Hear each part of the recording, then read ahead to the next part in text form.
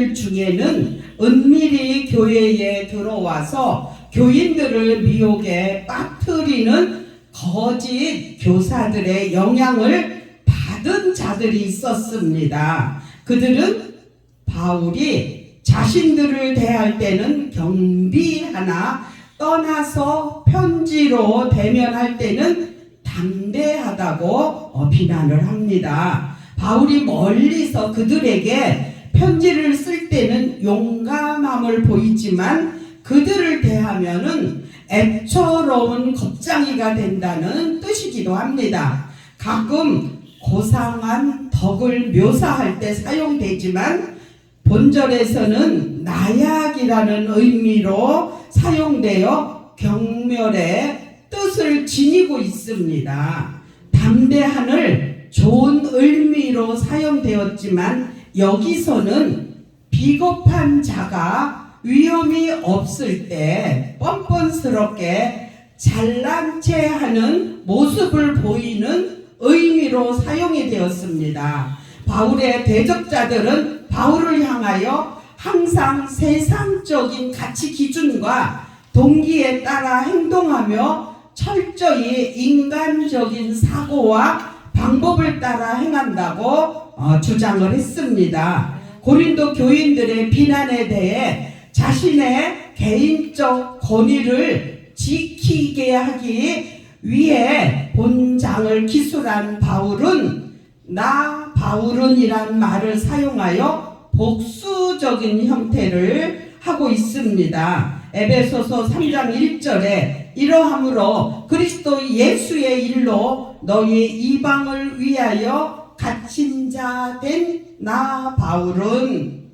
아멘. 그는 자신에게 부여되어진 어떤 직책도 내세우지 않고 순수한 모습으로 자기를 비난하는 자들을 향해 답변하고 있습니다. 자신의 직책과 위치에 따라서 자신의 인격이 판가름 날 수밖에 없는 세태 속에서 자신의 본연의 모습을 소개하기란 매우 어렵습니다. 바울은 자신의 권위를 침해하며 인격을 모독하는 자들을 오히려 그리스도의 온유와 관용으로 대했습니다.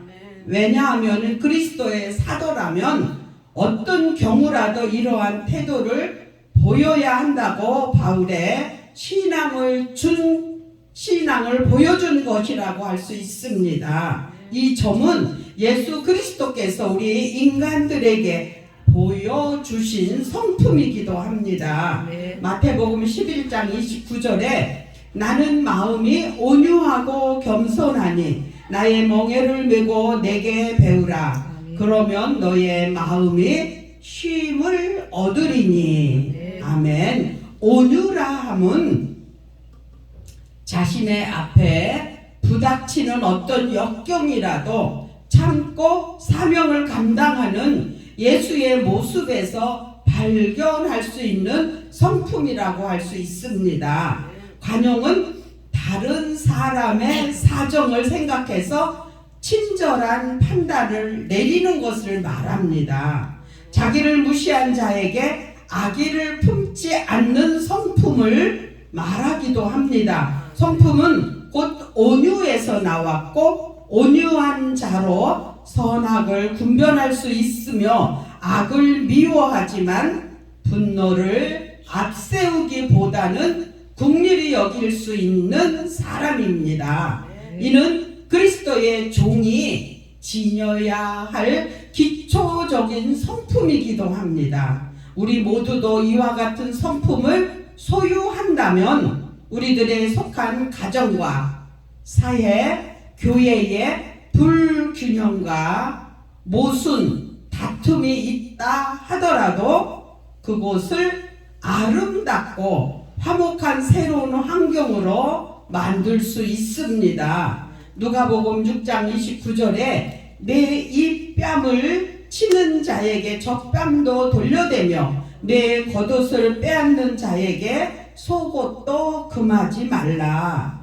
그들은 바울을 육체대로 행하는 자로 여겼습니다. 그들은 바울을 하나님께서 공급하시는 영적인 힘으로 살지 않고 마치 짐승의 지혜를 빌어 온 자같이 육체의 노예로서 살아가고 있다고 비난을 했습니다. 바울은 성도들과 가까이 있을 때는 겸손한 척하고 멀리 떨어져 있으면 교만하다는 것입니다. 그들은 처음에 바울을 겁쟁이로 불렀으며 이제는 바울을 타락 이기주의자로 그리고 음흉한 기회주의자로서 자신의 권위를 보호하려고만 한다고 생각했습니다. 이와 같은 비난에 대해 바울은 필요하다면 자신도 언제든지 담대해질 수 있지만 자신이 그와 같이 되지 않도록 고린도 교인들 스스로 잘못을 고칠 것을 요구하고 있습니다. 즉 바울은 그들을 향해 징계를 가하기 전에 모든 잘못된 것을 바로 잡으려고 하였습니다. 이러한 바울의 태도는 이제까지 그가 보였던 부드럽고 요청하는 자세와는 달리 단호하고도 공격적입니다. 이것은 잘못된 그들의 자세를 고치기 위한 방법이었습니다. 그리스도인은 자기에게 도전해 오는 문제를 해결함에 있어서 어떠한 형태의 폭력도 사용해서는 안 되지만 악에 대해서 단호한 태도를 취하는 것은 절대적으로 필요하다고 합니다. 왜냐하면 나약한 온유는 오히려 악의 행동을 방조할 뿐이기 때문입니다. 바울은 자신이 비록 육체를 입고 있지만 육체대로 싸우지 아니한다고 말했습니다. 자신도 인간의 연약성을 초월하지 못하며 제일 많은 성품과 불건전한 충동 밑에 살고 있지만 사도의 직분을 수행함에 있어서는 결코 인간의 재능을 의지하거나 인간적인 목적을 위해 일하지 않았음을 강조하고 있습니다. 하나님의 은혜로 구원받은 자라 하더라도 육체적인 소욕으로 인한 실수는 범할 수 있습니다. 인간이 지닌 연약성은 동시에 한계이기 때문입니다. 이 한계성을 인정하고 하나님의 도움의 손길을 간구하는 겸손이야말로 이 땅에서의 진정한 승리를 얻게 할 수 있게 해주는 원동력이기 때문입니다. 이 세상의 삶이 험하고 힘들어도 하나님의 나라가 이 땅에 실현되도록 그 나라가 속히 임하기를 바라는 마음으로 살아가는 삶이 곧 우리의 삶이 되어야 하겠습니다. 견고한 지는 하나님께 대항하는 모든 악한 세력과 지적, 교만 등을 가리키며 하나님에 의하여 강하게 되는 것, 하나님 보시기에 강한 것, 하나님을 위해 강한 것을 의미합니다. 바울은 인간의 재능과 능력으로 싸우는 것이 아니라 하나님에 의하여 되어진 하나님을 위한 초자연적인 능력, 진리, 사랑으로서 싸우는 것입니다. 우리는 우리 속에 잠재해 있는 죄의 세력들을 우리 스스로 제어할 수 없을 뿐 아니라 앱으로부터 오는 제약의 세력들을 방어해낼 수 없습니다. 우리가 날마다 승리하기 위해서는 오직 하나님과 더불어 교제하며 그분께서 제공하시는 힘과 지혜를 소유해야 합니다. 이로는 이 세상 사람들을 미혹하는 허황된 궤변을 가리키는데 고린도 교회의 거짓 교사들의 궤변을 가리킵니다. 허황된 궤변에 젖은 사람들은 자신들만이 이 세상의 진리를 모두 깨친 것처럼 교만히 여겨 하나님을 대적하게 됩니다. 하나님의 능력은 이처럼 미혹에 빠진 인간의 어두운 눈을 뜨게 하여 잘못된 이론들을 깨우칩니다. 어리석은 인간들이 복음과 접하게 될 때 인간이 모든 사고와 사상들은 그 빛을 잃고 그리스도께 복종하지 않을 수 없습니다. 바울은 십자가의 도가 멸망하는 자에게는 미련한 것이요 구원을 얻는 우리에게는 하나님의 능력이라고 말합니다. 고린도전서 1장 8절에 기록된 말씀입니다. 우리가 인간의 지성을 절대적으로 무시하는 것이 아닙니다. 하나님의 강력은 인간의 지성과 감정마저도 지배하는 능력으로서 이 세상 사람으로 하여금 존재의 이유와 의미를 발견하게 하고 생각하게 하며 움직이게 하는 힘입니다. 우리로 생각할 수 있게 하시는 하나님의 능력에 복종하며 그 뜻을 찾으며 그 뜻을 실현시켜 나가는 삶이 우리에게 원하는 것입니다. 출애굽기 19장 5절에 세계가 다 내게 속하였나니 너희가 내 말을 잘 듣고 내 언약을 지키면 너희는 열국 중에서 내 소유가 되겠고. 바울은 자신의 영적 싸움에 육체의 병기가 아닌 하나님의 병기를 사용하여 효과적으로 대체했습니다. 육체로 자랑하며 육체의 병기 들려 싸우려는 사람들은 실패할 수밖에 없습니다. 우리는 학벌이나 문벌, 이론 등과 같은 육체적 병기들을 복음의 진리라고 하나님의 병기로 대처하여 싸워야 합니다. 바울은 하나님께 권세를 받은 사도였음에도 거스리는 자신들이 복종할 때까지 기다리고자 했습니다. 법을 사용하는 것이 필요하지만 반드시 좋은 것은 아닙니다. 하나님께서 죄인들이 회개하고 돌아오기를 인내하며 기다리시듯 교회와 지도자들도 이렇게 동일해야 합니다. 기다려줘야 되고 인내해야 됩니다. 한 영혼이 천하보다 귀하다고 하신 하나님의 말씀을 지키려면은 눈물도 흘려야 되고 기도도 해야 되고 인내도 해야 됩니다. 하나님의 말씀으로 하나님의 사랑으로 그들을 기다려줘야 되고 끌어안아야만 됩니다. 그러기까지는 내 힘으로는 할 수 없지만 하나님의 성령의 능력으로 붙잡히면 할 수 있습니다. 그리스도의 목적이 영혼들을 구원하는 데 있었듯이 교회의 목적도 이와 같습니다.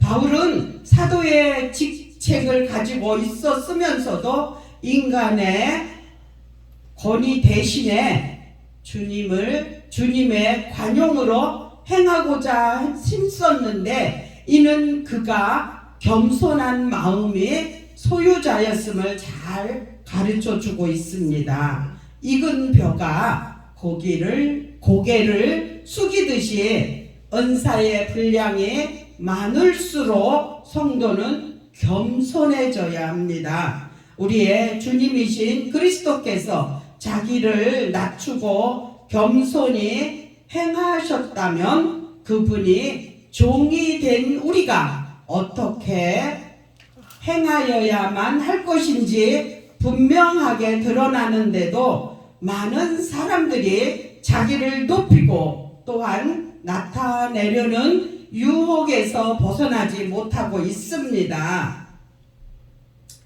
인내가 필요하고 겸손이 필요합니다. 그러나 우리가 가지고 있는 내 속에 있는 죄성이 나를 유혹하고 나를 부추기기 때문에 내 힘으로는 할 수가 없어요. 그렇기 때문에 우리는 기도해라, 성령 충만해라 그럽니다. 그래서 우리는 그거를 이기기까지는 성령의 능력에 힘입어야만 됩니다. 온유한 마음이란 부드러운 마음입니다. 따뜻한 마음을 가리키며 이것은 주님의 마음이기도 합니다. 예수님은 죄도 없으신 하나님이시며 하나님의 아들이십니다. 제가 목사가 돼서는 코로나1로 인해서 사람을 많이 이제 못 만났겠지요. 저는 집사 시절에부터 그 이단에 속해 있는 사람들을 참 많이 만났어요. 그래서 여호와 증인 같은 사람들은 그 사람들은 하나님의 증인이지 예수를 안 믿어요. 예수는 예수 이름으로 기도는 한대요. 근데 예수는 안 믿어요. 그리고 그들은 새하늘과 새 땅에 있는 걸 안 믿어요. 부활도 안 믿어요. 이 땅에서 영원히 산대요. 그분들을 내가 집사 때는 많이 이렇게 만나서 대화를 이제 하기도 했는데 그분들이 안 되니까 말이 자기가 감당이 안 되니까 자기보다 높은 사람을 데려온대. 언제 만나재 그러자고. 나도 내 속에 있는 말씀이 있으니까 그랬는데 목사가 돼서는 그렇게 잘 못 만나네요. 근데 한 번은 어디지? 여기 굴포천역에서 내려서 거기 2번 출구로 그 신선 설렁탕 거기를 누굴 만나러 가는데 아주 생글생글 웃으면서 여자 두 분이 전도를 하더라고요. 6월절 어쩌고 제대로 된 예수를 믿어요. 그렇게 이단에 빠져서 열심히 하지 말고 진짜 구원자 예수를 믿어요. 내가 이랬더니 예수 믿어요 이러면서는 안 되겠나 봐. 말 상대가. 나도 그러면서 확 가고 그들도 안 따라오더라고요. 그래서 오늘은 그래도 사람을 만나서 내가 한 건을 했네 이러면서 지나갔습니다. 그리고 언젠가는 그때는 삼산체육관 앞에서 이제 같이 가야 되니까 유재석 목사님을 차를 기다리는데 비가 오더라고요. 그러니까 비가 왔는데 우산을 쓰고 있으면 우산 물이 떨어지니까 신발이 튀잖아요. 그래서 시간도 아직 많고 이래서 제가 어디를 가요? 둘레 보니까 안쪽으로 들어가면은 이렇게 비가 맞지 않게 해놓은 곳이 있었어요. 그래서 거기 가서 우산을 쓰고 있으면 빗물은 나한테 안 떨어지잖아요. 그랬더니 거기 갔더니 어떤 남자분이 나보다 좀 나이는 들어 보여. 근데 당장 예수 믿어요 이럴 수는 없으니까 내가 이제 서두를 그분한테 대화를 해야 되니까 비가 아주 밭곡식에 딱 맞게 비가 와서 밭에 있는 곡식들이 좋아하겠어요 이제 이러면서 예수를 믿으세요 이랬더니 안 믿는데요. 그러면서 왜 예수 믿으라고 말을 하느냐. 어차피 자기는 안 믿을 건데 이제 그렇게 대화가 나하고 시작이 됐어요. 그래서 제가 뭐라 그래요? 선생님은 나중에 혹시라도 예수를 안 믿다가 어디를 가시면 왜 예수를 안 믿었니? 이렇게 물으면은 예수 믿으라는 사람이 없었어요. 예수 믿으라는 소리를 못 들었어요. 이 말씀을 못 하실 거예요. 왜? 제가 지금 선생님한테 예수 믿으라고 말씀을 드리잖아요. 그래도 안 믿을 건데 왜 날 보고 하느냐. 그래서 저는요 이렇게 선생님이 안 믿어도 내가 선생님한테 예수 믿으세요 전하면은 하나님이 선생님의 마음을 움직여 주면은 어느 분을 또 만나서 예수 믿으세요 그러면은 그때 들었던 생각이 나서 예수를 믿게 됩니다. 그거를 믿고 저는 선생님에게 예수 믿으라고 전했습니다. 이러면서 가족이 믿는 사람이 없어요. 이제 이래도 관심이 없지. 그래서 이렇게 보니까 오래 그리고 있다가 차를 놓치면 못 오잖아요. 그러니까 내가 웃으면서 나는 이런 일 하러 가는 사람이에요. 이제 이 일 하러 가야 돼요. 그리고 그분한테 얘기를 하고 와서 차를 타고 이제 같이 동행을 했는데 하나님이 기회가 주어질 때는 과감하게 할 수 있어야 되고 또 해야 돼요. 네. 근데 하나님의 말씀은 그러잖아요. 때를 어떤지 못 어떤지 전해라.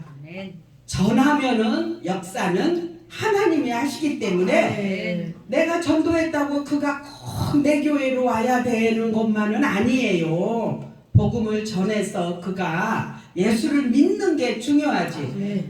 가능하면은 내 교회에서 내가 이렇게 관리하면 좋지요. 근데도 어떻든 그가 예수만 이제 믿으면 되기 때문에 기회가 주어지면은 열심히 우리는 복음을 전해야 됩니다. 그래서 그분이 참 안타깝더라고요. 그 여호와 증인은 제가 봤는데 우리 성경 찬송을 똑같이 쓰더라고요. 근데 그들만이 말씀으로 이렇게 이제 변형을 해서 유혹을 하는 거죠, 사람들이. 그러면은 말씀이 없으면 그들 말씀에 넘어갈 수밖에 없어요. 어떻게 똑같은 말씀인데도 교모하게 우리가 이제 모르는 말씀으로 하면은 진짜 그 말씀이 있었나 이렇게 이제 유혹을 하더라고요. 우리 저쪽에 신앙생활 할 때 그 집사님은 부천역에서 속옷 장사를 했어요. 근데 그곳에 어느 분이 와서 성경 공부를 시작하자고 이렇게 해서 이제 시작을 했는데 처음에는 그게 이단인지 몰랐던 거예요.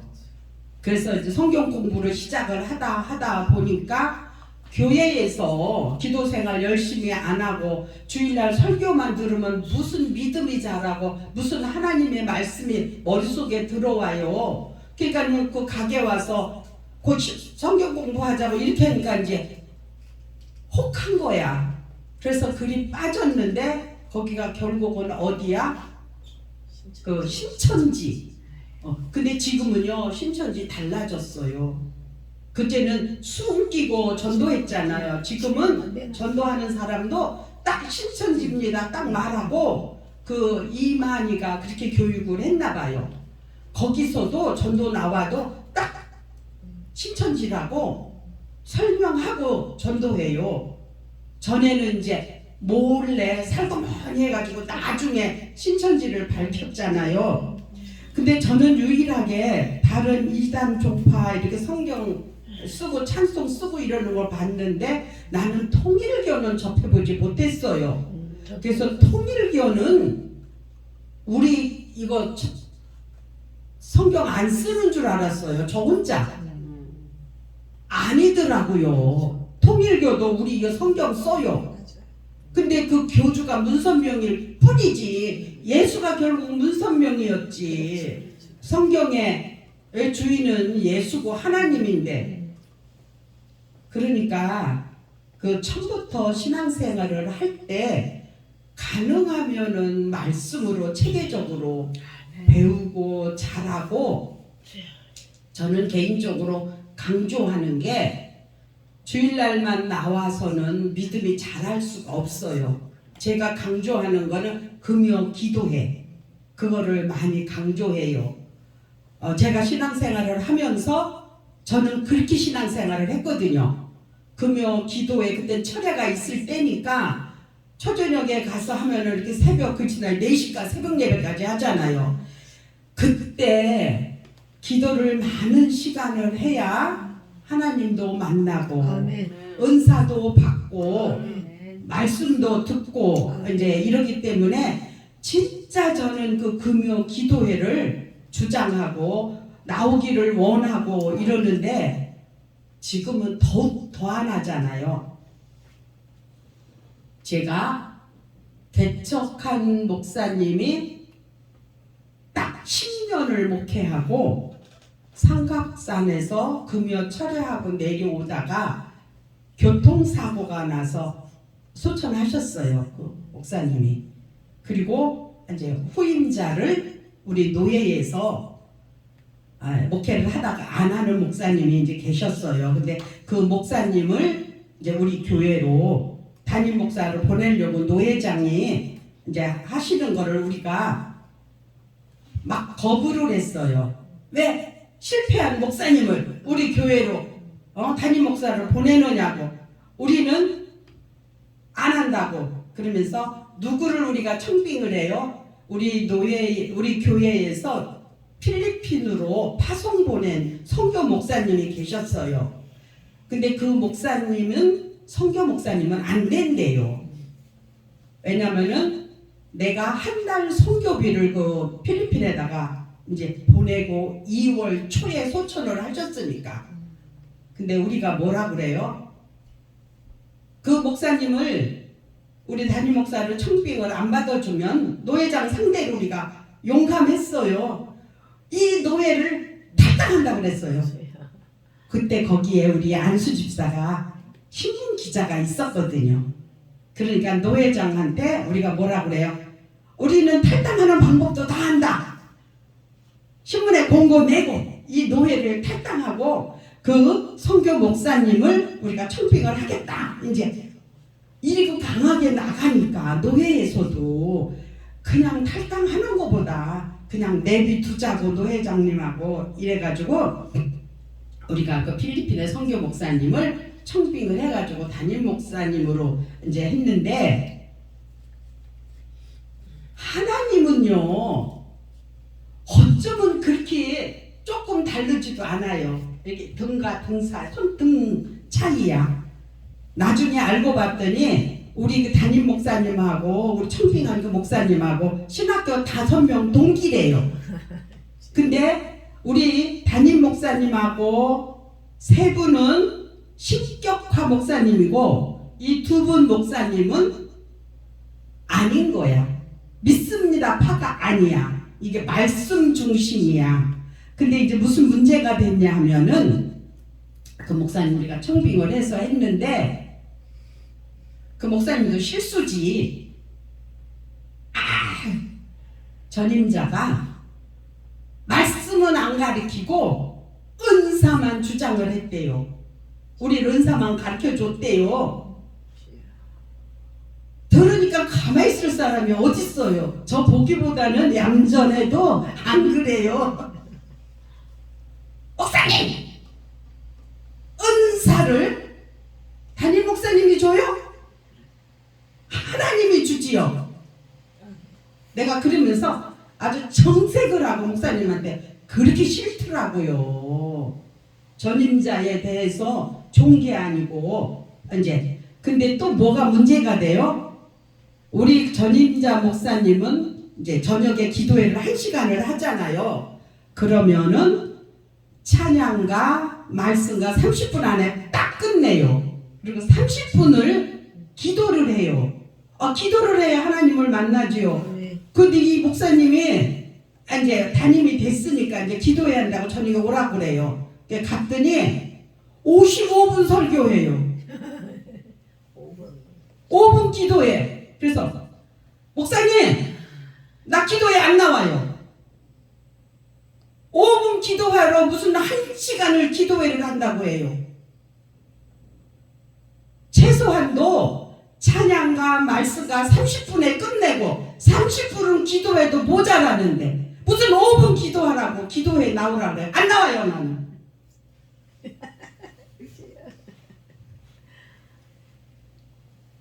그래도 그 목사님은 나름대로 말씀하는데 말씀만 알아가지고 뭐 하냐고. 하나님을 못 만나는데. 그래가지고 그 목사님하고 저하고 막 좀 이제 그런 일로 인해서 조금 이제 그냥 안 좋아도 워낙 그 전임자 목사님이 우리를 잘 가르쳐 놨기 때문에 한 사람도 나가지는 않았어요. 아프면서도 견디고 우리가 우리끼리 그냥 밤에 가서 기도하고 이렇게 견뎠는데 결국은 목사님이 개척을 안 해본 목사님이라 성도 귀한 거를 몰라요. 그리고 헌신을 안 하더라고. 그러니까 결국은 내가 신학교를 가면서 이제 그 교회를 이제 나왔지요. 전도사 사역을 하면서 다른 이제 교회가 전도사 사역을 했으니까 나중에 이제 들리는 소리가 우리가 중동역에 7층 건물이 지어졌을 때 7층을 분양을 받아서 우리가 샀어요. 그 목사님이. 그랬더니 본인이 융자를 많이 받았는데도 융자를 받아서 필리핀을 선교로 가시겠다고 융자를 더 받아서 이제 교회를 연약한 교회와 합쳐가지고 그 교회를 이제 안 나오시더라고. 그래서 내가 아이고 그 장로님은 도대체 뭐 하는 거야. 거기 융자가 그렇게 있는데도 그거를 믿고 융자를 또 빼줬냐고. 내가 퇴직금 생겼구만. 목사인데도 속 다르고 겉 다르더라고요. 그리고는 내가 이제 거기 있는 이제 권사하고 만나서 이제 그리고는 그 목사님을 이제 만날 일이 없고 그 교회도 또 뭐 갈 일도 없고 그래서 자 진짜 주의 종을 잘 만나는 게 진짜 복이다.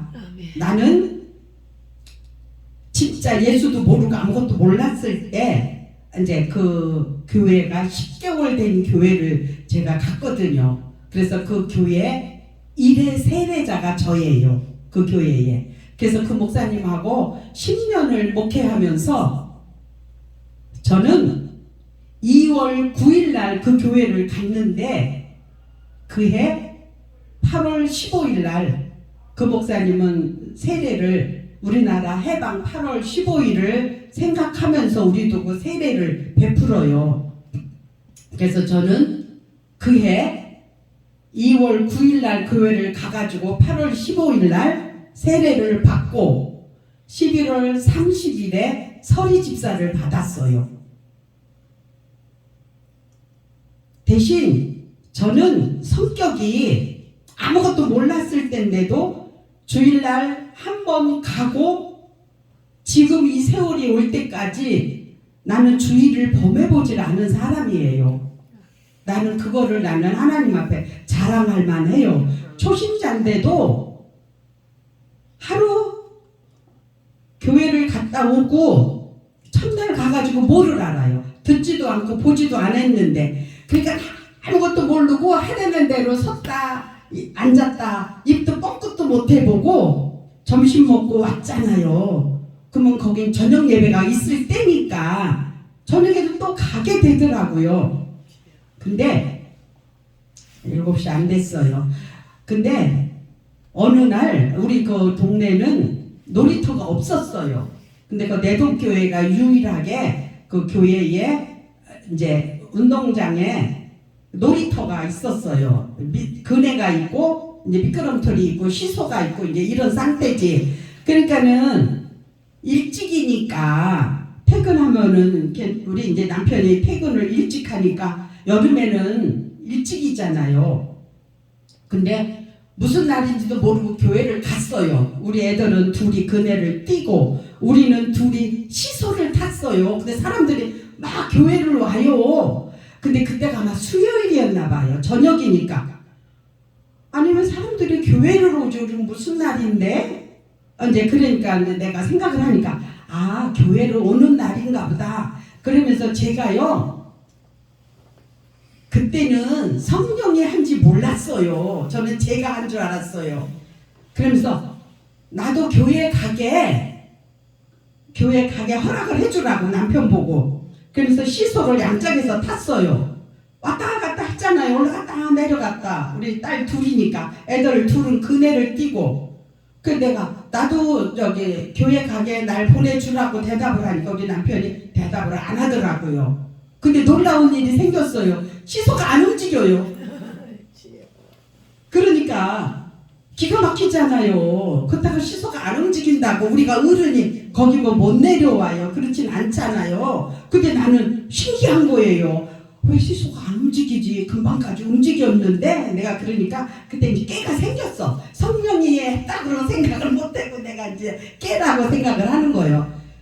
봐, 나 교회 보내준다고 얼른 대답을 해봐. 그러면 시소가 내려올 줄도 몰라. 내가 이제 막 이러고 그냥 얼레벌레 막 이제 남편한테 그랬더니 얼떨결에 왜냐면 애들이 어리니까 두고 갈 수가 없잖아요. 그러니까 남편이 퇴근을 하고 오면 맡겨놓고 가도 되니까. 그랬더니 내가 막 그렇게 그냥 설레설레 얼레벌레 막 이러니까 얼떨결에 그러면 가라고 이러더라고요. 시소가 움직이더라고요. 그래가지고요 저는 하나님을 아무것도 아닌 것 같지만 일찍 만났어요. 그래가지고 그 다음에 이제 아무것도 못하고 왔잖아요. 근데 그 다음날 주일이 됐는데도요 또 가게 되더라고요. 그래서 시작한 신앙생활이 진짜 자랑할 만큼 주일을 나는 범해보질 않았어요. 평신도 때인데도. 그래 우리 남편한테 싫은 소리도 많이 들었어요. 왜 남들은 새벽 예배 갔다가 결혼식에 가고 해갑집에 가고 다 가는데 왜 당신만 유난히 그러느냐고. 그러면은 내가 이제 설명을 해요. 나도 깨가 있었나 봐요. 여보, 예배는 요번 지나가면은 평생에 못 드리는 게 예배고, 예배 끝난 다음에 축의금 가지고 필요한 장소로 가면은 옮게 되는 거고, 그렇기 때문에 나는 예배 빠지고 난 결혼식에 안 간다고. 그렇게 사니까 우리 남편 장로님이 과격하지도 않아요. 용감하지도 않아요. 그러니까 꽁시락꽁시락하다 혼자 못 가.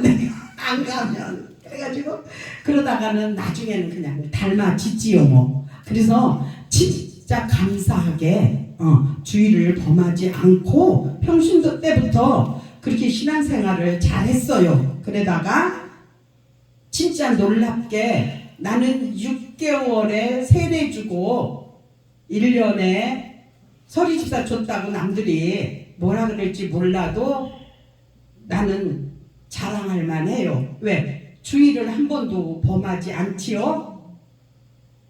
주일날 이제 집사 안 바꾸는 일을 못 하잖아요. 그러니까 집사 직분을 받아야 일을 하니까 집사 직분 받으니까 어떻게 해요? 주일날 안 나온 성도를 화요일이면 신방을 가요. 그리고 목요일이면 전도를 해요.